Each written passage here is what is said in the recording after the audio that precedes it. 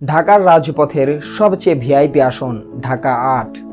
কিন্তু এবারের নির্বাচন এখানে যা দেখাচ্ছে তা কি কেবল ভোট নাকি অন্য কিছু?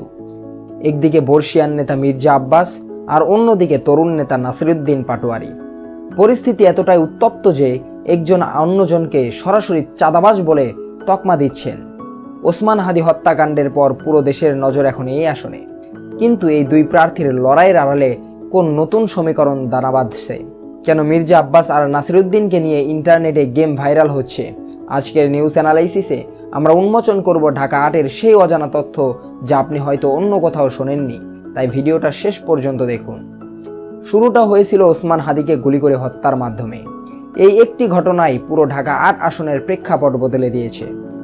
সাধারণ মানুষের মনে এখন কেবলই একটাই প্রশ্ন, নিরাপত্তা কোথায়? আর ঠিক এই অস্থিরতার মধ্যেই ভোটের মাঠে মুখোমুখি দুই মেরুর দুই প্রার্থী। বিএনপির হেভিওয়েট নেতা মির্জা আব্বাস, যার এই এলাকায় দীর্ঘদিনের রাজনৈতিক ইতিহাস আছে, আর তার বিপরীতে ১০ দলীয় ঐক্য সমর্থিত প্রার্থী নাসিরুদ্দিন পাটোয়ারি, যিনি বর্তমানে আলোচনার কেন্দ্রবিন্দুতে। ভোটের লড়াই এখন আর কেবল পোস্টার আর মিছিলে সীমাবদ্ধ নেই। এটা এখন ব্যক্তিগত আক্রমণ আর চরম অভিযোগের লড়াইয়ে রূপ নিয়েছে। নাসিরুদ্দিন পাটোয়ারি তার নির্বাচনী প্রচারণায় মির্জা আব্বাসকে সরাসরি চাঁদাবাজ বলে আক্রমণ করছেন। তার অভিযোগ, এ এলাকায় দীর্ঘদিনের দখলদারি আর চাঁদাবাজির সিন্ডিকেট মির্জা আব্বাসের ছত্রছায়ায় চলে। অন্যদিকে মির্জা আব্বাসের সমর্থকরা বিষয়টিকে দেখছেন সস্তা জনপ্রিয়তা পাওয়ার কৌশল হিসেবে। তাদের দাবি, রাজনৈতিকভাবে মোকাবিলা করতে না পেরে নাসিরুদ্দিন ব্যক্তিগত কাদা ছোড়াছুরি করছেন। কিন্তু প্রশ্ন হলো, ঢাকা ৮-এর সাধারণ ভোটাররা এই কাদা ছোড়াছুরিকে কিভাবে দেখছেন?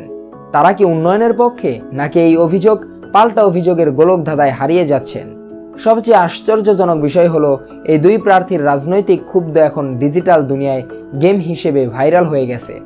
সোশ্যাল মিডিয়ায় এমন কিছু প্যারোডি গেম এবং ভিডিও ক্লিপ ছড়িয়ে পড়েছে যেখানে মির্জা আব্বাস এবং নাসিরুদ্দিন পাটোয়ারির নির্বাচনী লড়াইকে ব্যঙ্গাত্মকভাবে তুলে ধরা হচ্ছে।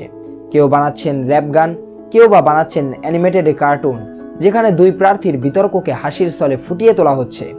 তরুণ প্রজন্মের কাছে এই নির্বাচন এখন কেবল সিরিয়াস ইস্যু নয়, বরং এটি ভাইরাল ট্রেন্ডও বটে।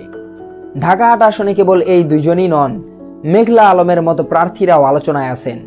তবে মূল লড়াইটা যে মির্জা আব্বাস আর নাসিরুদ্দিনের মধ্যেই সীমাবদ্ধ হয়ে পড়েছে, তার পেছনে রয়েছে স্থানীয় পাওয়ার পলিটিক্স। একদিকে দীর্ঘদিনের অভিজ্ঞতা, অন্যদিকে তারুণ্যের জোশ এবং পরিবর্তন আনার প্রতিশ্রুতি। অনলাইন সেন্টিমেন্ট বিশ্লেষণ করলে দেখা যায়, নাসিরুদ্দিনের সরাসরি বাচনভঙ্গি এবং সাহসী অভিযোগ তাকে তরুণদের মাঝে জনপ্রিয় করছে।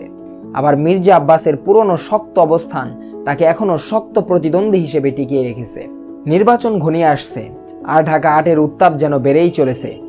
মির্জা আব্বাস কি পারবেন তার দুর্গ রক্ষা করতে, নাকি নাসিরুদ্দিন পাটোয়ারির এই চ্যালেঞ্জ বদলে দেবে পুরো দৃশ্যপট? আপনারা কি মনে করেন, নাসিরুদ্দিনের এই সরাসরি অভিযোগ কি ভোটারদের মনে প্রভাব ফেলবে? কমেন্ট করে আপনার মতামত জানান। ভিডিওটি ভালো লাগলে শেয়ার করুন এবং পরবর্তী আপডেটের জন্য ফ্রন্ট ডেস্ক টিভি সাবস্ক্রাইব করে পাশেই থাকুন। দেখা হচ্ছে পরবর্তী ভিডিওতে। ধন্যবাদ।